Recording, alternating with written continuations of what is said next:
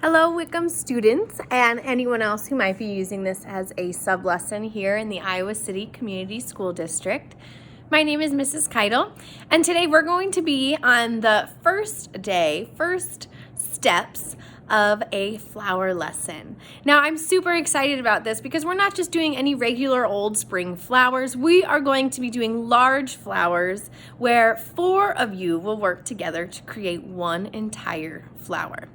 Now today we are simply going to be starting off with pencils and Sharpies to create our flower shapes. We will be needing to use a little math today. Everyone will be receiving a 24-inch by 24-inch piece of paper, but what we will need to be doing is measuring out 8-inch sides to create our circular center for our flowers. Now we are all going to be measuring these 8 inches so that way when we connect our flowers together, those circular points will all meet at the same spot.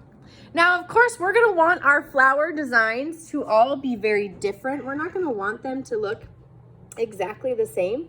That would be boring. Life is not that way. So we're going to make sure that ours are original and show some of our own style and personality while also making sure that they'll fit together in the end. So when you get your paper, the first thing you need to do is write your name on the back in pencil. We're writing our name in pencil today because we do not want to get any Sharpie on the back and we do not want it to bleed through to the front. Please also put your class code as well. That should be the number for your grade. So second graders would be doing a 2 and the letter for your teacher. If you were, for example, in Mrs. Ritchie's class, you would put an R and an I. So name, class code on the back. Flip that over and your first step is going to be to pick one corner. It does not matter what corner you pick. We just need to pick one corner and make sure our measurements are coming out of both sides of that corner. I'm going to be doing an 8-inch measurement. So I could put my ruler right at the 8 on my edge and make a line here. I could put my 1 inch on the edge and make a line the other way. It simply doesn't matter. We just need to get it measured to an 8-inch point. So I'm coming out of my corner, I'm doing one side of that corner, I'm coming out of the other end.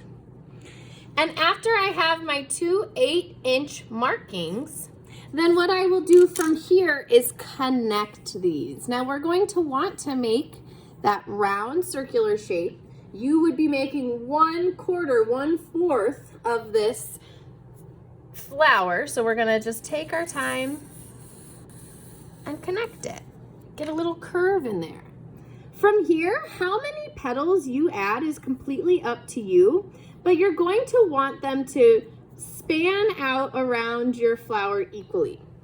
So if you're gonna do 3, they should have about the same amount of space. If you're gonna do 5, it would be the same. So I'm gonna go for 3 here on mine. I'm gonna aim for them to take about the same amount of space. Now when I have my middle, I have the opportunity to make a bigger one because it can come out to that corner. And then I'll wrap up my petals on that side. From here, we must have some sort of detail or design on the inside. Boys and girls, think about those elements of art that we know. We know all about line and shape and space and how we can fill that in. So use those lines that you know. Use those interesting shapes or patterns or other elements that you can incorporate into these.